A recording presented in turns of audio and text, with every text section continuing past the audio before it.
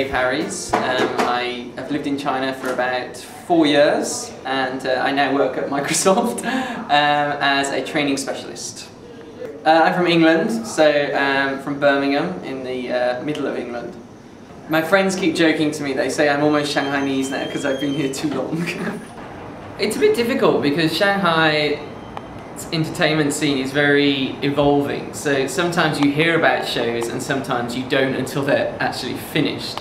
So some of the big ones, like, you know, The Lion King recently came and that was very well advertised, but most of the time you really have to start looking for shows or gallery exhibitions or things like that, so it can be quite difficult. But the big one, as I said, was probably The Lion King, but apart from that, that's really about it. There's lots of places really. You can look like on certain websites or magazines that they have, like 8 Days or That's Shanghai or those kind of places. I think Shanghai Smart has a website which sends you like a weekly what's happening this week. But yeah, it's normally through word of mouth, you know, or one of your friends says, "Oh, did you go there? It's finished now." And I was like, "No, I didn't know about it." So, was The Lion King here in Shanghai. It came over the summer. Was it last year? I think it was last year. Yeah. And yeah, it was good. It was quite nice to have like a West End Broadway show come here. Is it West End? Well, both. Right. Well, I remember I did drama for A-level. Really? Which is like, you know, when you're 16 to 18 in the UK. So we had to go to a lot of plays and shows in London.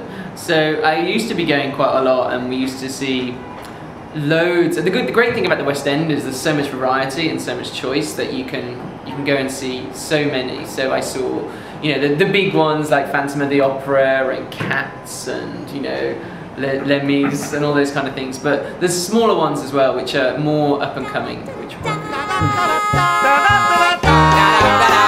To be honest, I don't know if I have favourite musical songs, because I'm sure I'm probably not the only person that when you watch a musical you don't come away with one particular song, you actually come away with the whole story. But I mean, I certainly have favourite musicals, but whether I could pick a song out of that, it's a little bit, I'm not so sure. There's one in Blood Brothers called Tell Me It's Not True, which is quite sad actually, because it's at the very end of the musical, which I shouldn't really give away the plot. But yeah, it's quite a sad song, and the whole chorus get into it. Also Rent, the musical Rent, when they do... Which one? My favorite is Season of Love. Yeah, that one's a good one, yeah, the one that goes 525,000 something. That's a very nice song. Yeah. That's a very good song. I think to enjoy a musical, first of all, you have to go in there with a bit of an open mind, because no musical is the same, and sometimes a lot of people think, oh, it's just some people dancing and singing, and, you know, they don't really listen to the story. But a musical actually does have quite a big underlying plot, and if you can really get into it and think about it, then it can actually be much more enjoyable than just sitting there listening to a few people sing. So personally, go in there, enjoy yourself. You know, it's not going to be something really deep or something where you're going to have to think a lot, but just relax, enjoy it, and open yourself up to kind of more ways to, you know, see the songs and look at the songs as opposed to just listening. I think it's a key to any good song. What is a key to any good song? And it's basically nothing that's too complicated, has a catchy tune, you know, has a good chorus that you can remember, it's often repeated. You know, those are the key things for a song. That's very uplifting. You know, most people will remember the uplifting, happy songs than the miserable songs, unless you're a pessimist, obviously. But most people will remember the ones that really make them happy, or it was a key moment in the play. Yeah, I heard about it. Yeah, with the ABBA songs galore. Mamma Mia actually has the songs selected first, and then based on the songs, actually compose the story, the script. Yeah. What do you think of this kind of concept? I think, to be honest, it's going to be a growing trend, because, you know, the songs are already there and people love the songs, and so marketing people or the people who devise musicals automatically know they've got a hook straight away. So for people who love ABBA, they know that they're going to try and come to the musical.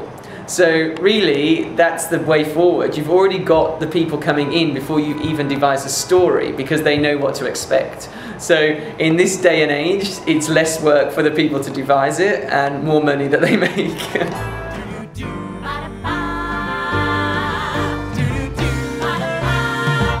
It's quite funny now.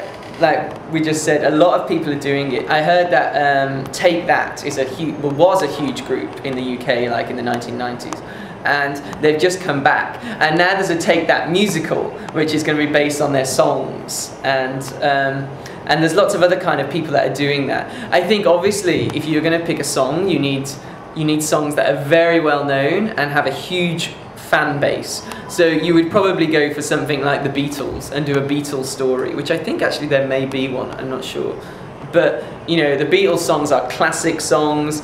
They're just as popular as they were in the 60s to when they are now. And I think that would be the perfect thing to pull people in, because everyone loves them. So you could do a canto pop musical, that would be quite funny. And a Supergirls musical. I mean, you look at like the Spice Girls, for instance, they did a movie like when they were at the top of their fame. And things like that can always be translated into musicals. And as ideas run out, it's the easiest option to go to, you know, based on real life people or movie stars or pop stars or whatever. And it will always get people in because they can relate to it straight away.